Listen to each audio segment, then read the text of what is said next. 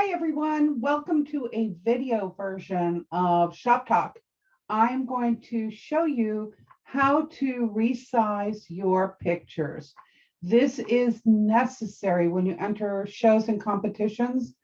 If your picture is not the correct size that they ask for, they will reject no matter how beautiful your artwork is.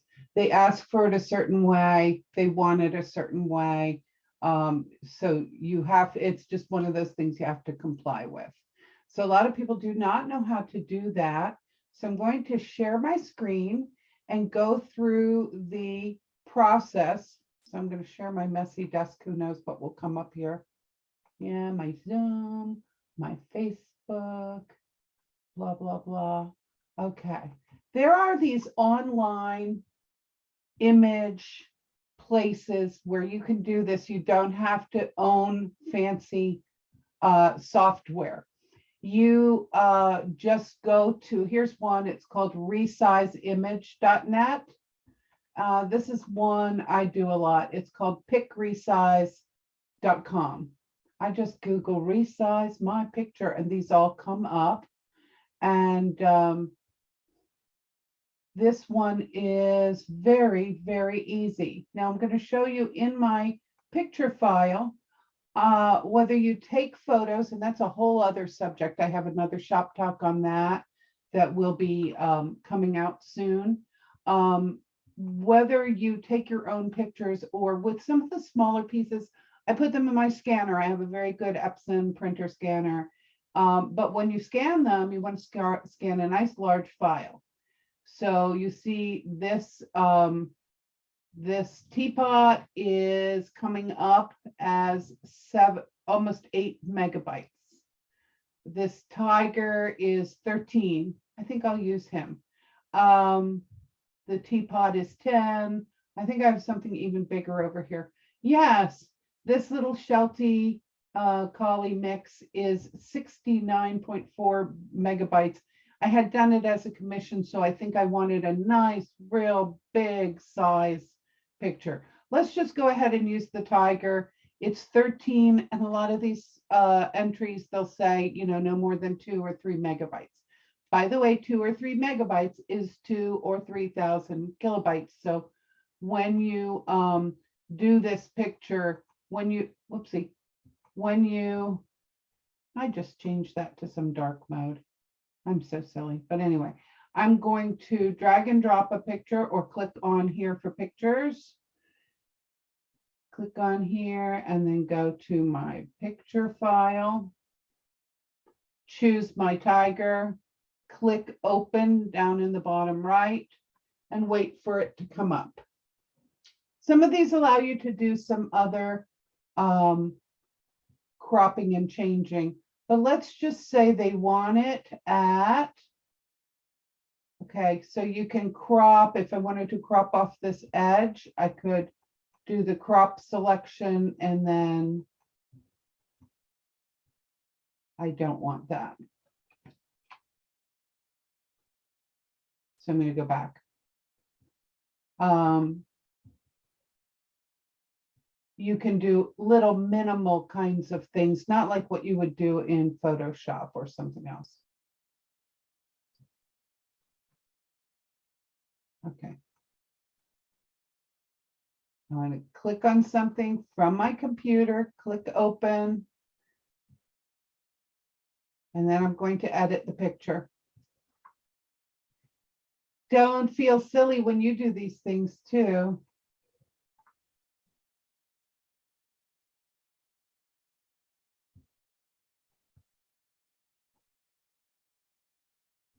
It's being silly right now. There it goes. Okay. Now, I would like to resize my picture. I can choose just 50% smaller. And then this will tell me the basic number of pixels in the width. You may want to do inches.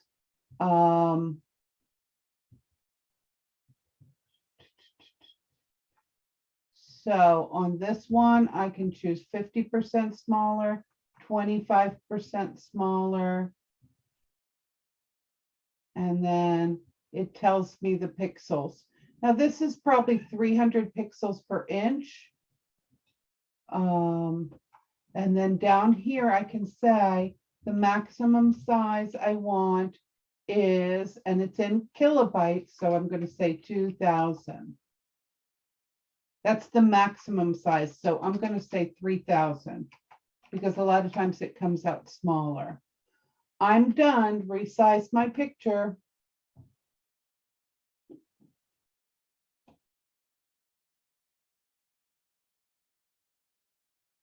And then you wait and click off all these ads that come up.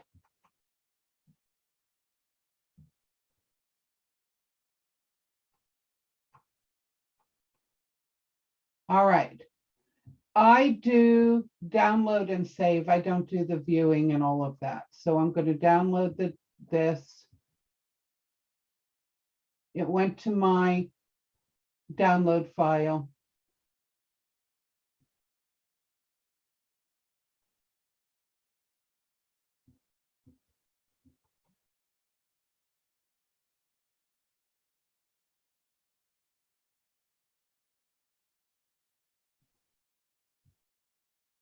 Whoops. Sorry, this is taking a moment. So now here's my tiger, and it is 2.83 megabytes. When you hover over it, you can see that. And the dimensions are 4,800 pixels by 6,000. Sometimes you have people tell you exactly the pixels that you want. So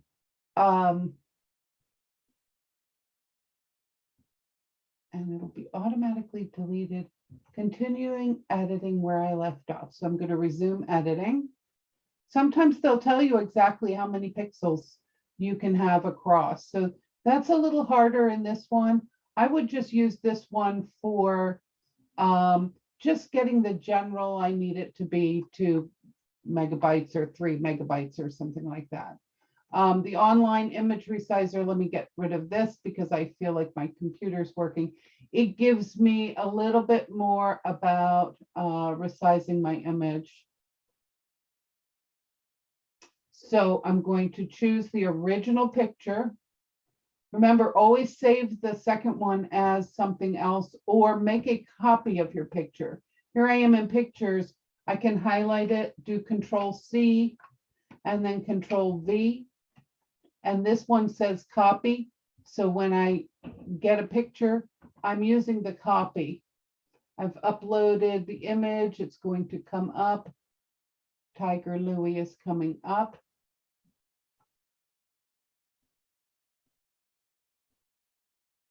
And I'm going to scroll down. And it actually tells me I could do it. What if I wanted it 2000 pixels? Whoopsie, 2000 pixels. It'll automatically put in what the other side is. So if I change that and I said I want it to be 3000 pixels, instead of doing a percentage, I can save it as a JPEG. I can save it as a GIF, whatever you need to, and then download it.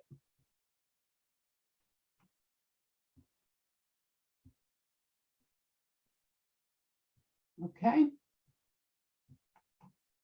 Now, my last way to do this is I'm going to use Photoshop. Photoshop is probably, if you can afford it, there's some cheap ways like just affording Photoshop alone. I have a teacher discount. Adobe can be very expensive. So here we are, and I'm going to pick my tiger and I'm going to right click it and it says open with, and then I go to my Photoshop. And hopefully, there you go. All right. Now this one has an easier way to do this because I can click on image up at the top and image size. I don't usually use Photoshop to change my images, except for size, because I want them to look, unless they don't look how they really, really should look. By the way, well, I'll get to that. I could do, under original size, I'm clicking, and I could do 8 by 10 at 300 DPI. That's the pixels per inch. Never go below 72 DPI. But 300 is great. And so if I did an 8 by 10 image at 300 DPI, then it gives me everything up here. It was 148 megabytes. It's going to come out less than this. But my dimensions say right here, how many pixels by how many pixels. Or I could choose to, instead of doing that 8 by 10, I could say, I need the width to be, I had this in one of my